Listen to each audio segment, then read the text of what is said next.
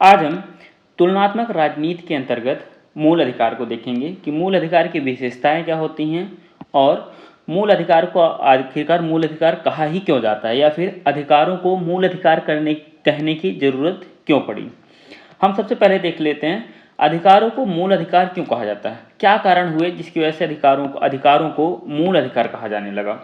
सबसे पहला, ये व्यक्ति के सर्वांगीण विकास के लिए मूल तथा अनिवार्य हैं। ये अधिकार जो हैं व्यक्ति के विकास के लिए, हर एक तरह से विकास के लिए बहुत ही आवश्यक है, अनिवार्य हैं। दूसरा है, ये इतने महत्वपूर्ण होते हैं कि इन्हें मौलिक विधि अर्थात संविधान में स्थान दिया गया है।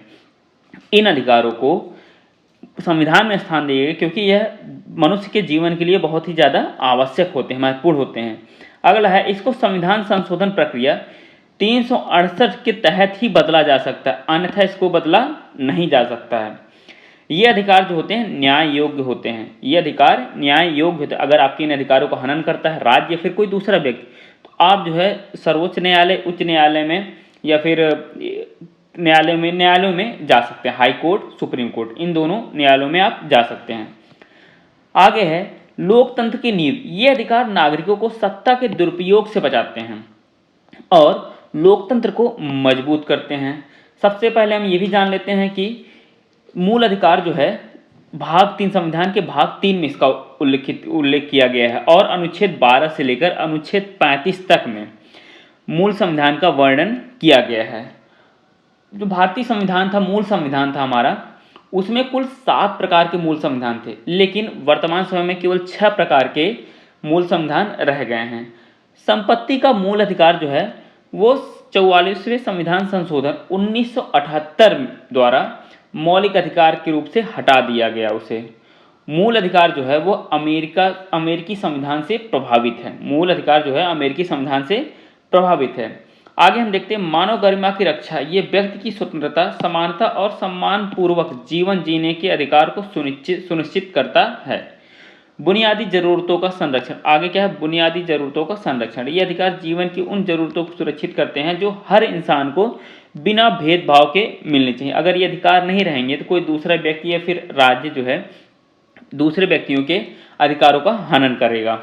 निष्कर्ष क्या है, मूल अधिकारों को मूल इसलिए कहा जाता है क्योंकि ये नागरिकों के जीवन के लिए उतनी ही आवश्यक है जितना कि किसी इमारत के लिए नींव का होना।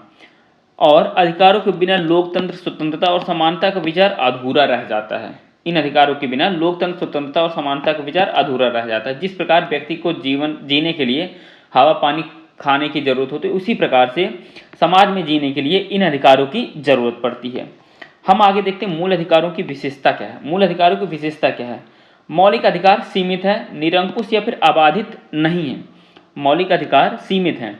भारतीय संविधान में मौलिक अधिकारों पर प्रतिबंध की व्यवस्था की गई है। ऐसा नहीं कि इन पर कोई प्रतिबंध नहीं लगाया जा सकता है, जबकि अमेरिका में ऐसा नहीं है। राष्ट्रीय एकता, अखंडता, सार्वजनिक व्यवस्था, स्वास्थ्य आदि आधारों पर प्रतिबंध लगाया जा सकता है। जैसे कोरोना काल में क्या हुआ था कि लोगों को उनके घरों में बंद कर दिया गया था। एक तरीके से डायरेक्ट आके ताला नहीं जड़ दिया गया था, लेकिन ये बोला गया था कि आप घर से बाहर ना निकले, रोडों पर ना निकले, कहीं पर इकट्ठा ना हो। तो यह एक तरह से प्रतिबंध ही था। मूल अधिकार प्राकृतिक या अगणित नहीं है। मूल अधिकार प्राकृतिक नहीं है कि ये व्यक्ति पैदा हुआ उसके साथ ही हैं, बल्कि क्या है, इन पर प्रतिबंध लगाया जा सकता है। प्राकृतिक का मतलब है ये नेचुरल है, इनको कोई खत्म नहीं कर सकता है, नहीं, उसको खत्म किया जा सकता है, उस पर प्रतिबंध लगाया जा सकता है। जब देश पर, समाज पर कोई संकट आए तो उस स्थिति में ऐसा आप नहीं कह सकते कि अरे हमको तो टहलने की आज़ादी है, विचार रखने की आज़ादी है, ऐसा आप नहीं कह सकते। उन पर जो है, उस पर जो है प्रतिबंध लगाया जा सकता है। भारतीय संविधान उन्हीं अधिकारों को स्वीकार करता है जिसका वर्णन भाग 3 में है, जबकि अमेरिका की स्थिति भिन्न है भारतीय संविधान से, भारतीय मूल अधिकार से। कुछ मूल क्यों भिन्न है, क्योंकि वहाँ के लोग शिक्षित हैं, यहाँ के लोग शिक्षित नहीं है। जो लिखा गया है उसी को मानना पड़ता है। इनफैक्ट जो लिखा है वो भी लोग नहीं मानते हैं। कुछ मूल अधिकार राज्य के अलावा व्यक्तियों के विरुद्ध भी हैं।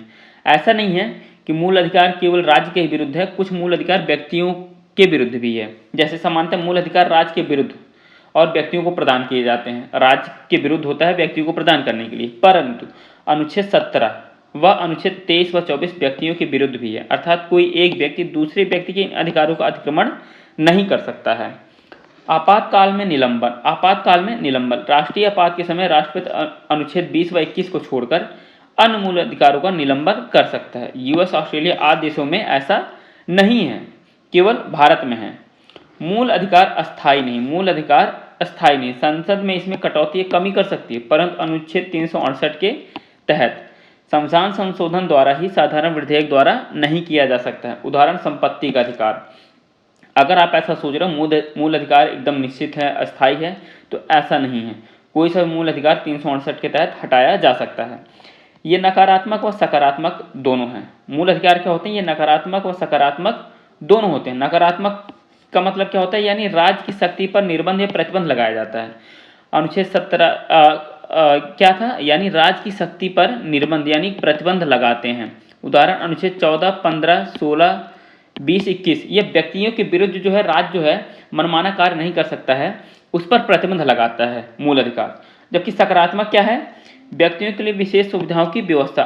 उदाहरण, अनुच्छेद 21A, 25, 29(1) और 30(1), यह जो है सकारात्मक मूल अधिकार कहे जाते हैं। सकारात्मक मूल अधिकार में क्या है? शिक्षा पाने का निःशुल्क व अनिवार्य अधिकार। 21 का क्या कहता है? 21 का क्या कहता है? शिक्षा पाने व निःशुल्क व अनिवार्य अधिकार। अनुच्छेद 21 और अनुच्छेद 25 अंतःकरण की और धर्म के अबाध रूप से मानने, आचरण और प्रचार करने की स्वतंत्रता होती है, लेकिन इसको जो है समाप्त किया जा सकता है, इसको समाप्त नहीं किया जा सकता है संकट काल में।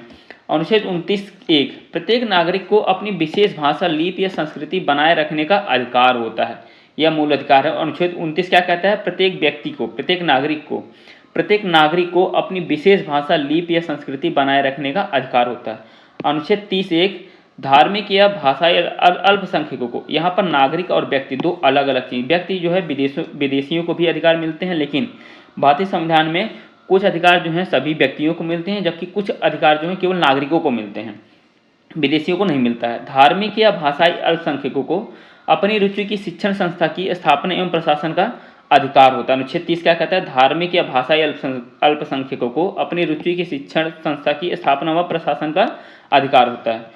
मूल अधिकारों का अधित्याग नहीं कर सकते। ऐसा नहीं हो सकता है कि आप मूल अधिकारों को त्याग कर सकते हो। आज आप सोकर उठे और आपका मन किया, अरे आज से तो मैं मूल अधिकार अपने ऊपर नहीं लागू होने दूंगा, तो ऐसा नहीं है।